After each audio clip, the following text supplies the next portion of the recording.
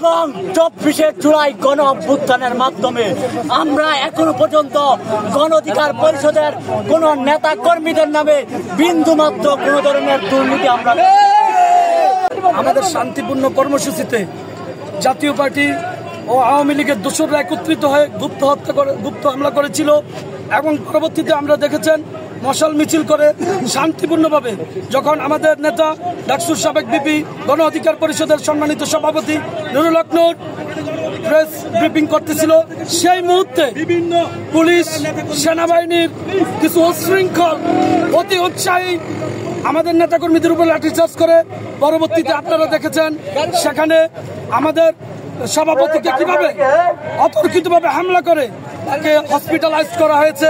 সে এখন আইসিইউতে আছে।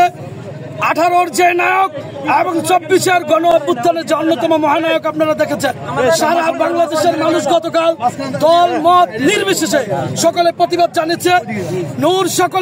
নূর কোনো একটি গোষ্ঠীর নয়।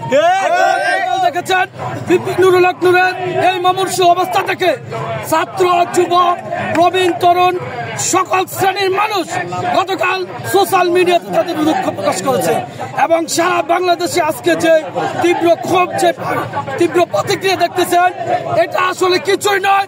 সামনে আরো প্রতিরোধ লড়াই সংগ্রাম করবে ইনশাআল্লাহ। এবং 24 জুলাই গণ অভ্যুত্থানের মাধ্যমে আমরা এখনো পর্যন্ত গণ অধিকার পরিষদের কোন নেতা কর্মীদের নামে বিন্দুমাত্র কোন ধরনের দুর্নীতি আমরা আমি ডাকসুর সাবেক বিপি নুরুল হক নূরের সাথে 2018 সাল থেকে আমি তার সাথে যুক্ত, তার সাথে একসাথে কানেক্টেড, তার সাথে রাজনীতি করে আসছি। তার মতো একজন আদর্শিক নেতা, তার মতো একজন বাংলাদেশী চেতনার নেতা পৃথিবীতে আর এক। কিন্তু আমরা যে হামলা হয়েছে তাকে গুছিয়ে এই গুছিয়ে হামলার যারা এখনো পর্যন্ত গ্রেপ্তার হয় নাই, তাহলে ইন্টারিয়াম কি করছে? এই ইন্টারিয়ামের কাজ কি? দেয়াল থেকে এই আওয়ামীর পৃষ্ঠপোষকতায় এই জাপা রাজনীতি করে আসছে। ইনু মেনন যে মামলায় গ্রেপ্তার, তাহলে আজকের জাপান নেতাকর্মী কেন আজকে বাহিরে?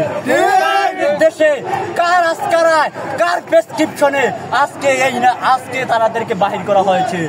আপামার জনতা, ছাত্র জনতার জুলাই গণ অভ্যুত্থানে প্রায় 2000 সৈনিক শহীদ হয়েছিল। সেই শহীদ ভাইদের রক্তের বদলা কি তাহলে কিভাবে তারা নিচ্ছে?